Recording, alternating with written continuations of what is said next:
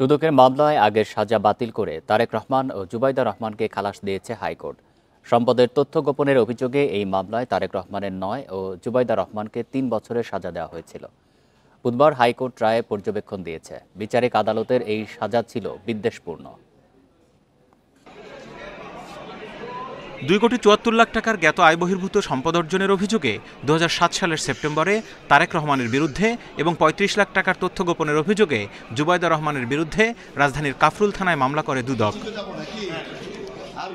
2023 সালের 2 আগস্ট সেই মামলায় তারেক রহমানকে 9 বছর এবং তার স্ত্রী ডাক্তার জুবাইদা রহমানকে 3 বছরের কারাদণ্ড দেয় বিচারিক আদালত।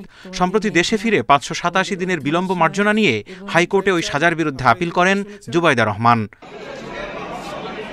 ওই আপিলের শুনানি শেষে দুইজনকেই খালাস দিয়ে রায় দেন হাইকোর্টের বিচারপতি মোহাম্মদ খসরুজ্জামান। এ সময় আদালত মন্তব্য করেন, তাদেরকে সাজা দেয়া ছিল বিদ্বেষপূর্ণ বিচার। যে মামলা আপনার সামনে আছে তার টোটাল প্রপার্টির হিসাব এখানে আছে। সেখানে বাংলাদেশের বাইরে, অর্থাৎ এই 54,000 বর্গমাইলের বাংলাদেশের বাইরে তার একটা টাকা কোনো ব্যাংকে অথবা কোনো প্রপার্টি তার বিরুদ্ধে তার পাওয়া যায়নি। আজকে এই মামলায় খালাসের মাধ্যমে এটা আবার প্রতিষ্ঠিত হলো যে বাংলাদেশ, এই ম্যাডাম খালেদা জিয়া বা জিয়া পরিবারের বাংলাদেশের বাইরে কোনো ঠিকানা নাই। তবে এই মামলায় আপিল না করেও তারেক রহমান কিভাবে সাজামুক্ত হলেন সেই ব্যাখ্যাও দেন আইনজীবী। আমাদের supreme court, Pakistan supreme court, Indian supreme কোর্টের বিভিন্ন জাজমেন্ট দিয়ে আমরা দেখিয়েছি যে যদি মামলা এজ এ হোল দেখা যায় যে কারো বিরুদ্ধে প্রমাণ হয় নাই, সেক্ষেত্রে যারা আপিল করতে পারেননি তাদেরকেও আপনারা এইটার বেনিফিট, এই একুইটারের বেনিফিট তাকেও আপনারা দিতে পারেন।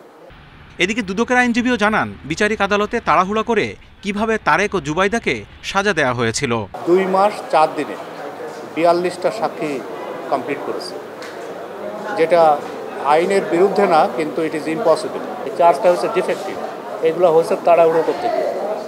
হাইকোর্টের রায়ের বিরুদ্ধে আপিল করা হবে কিনা সেই সিদ্ধান্ত নেবে দুর্নীতি দমন কমিশন। Zahidul Bashar, independent news, Dhaka.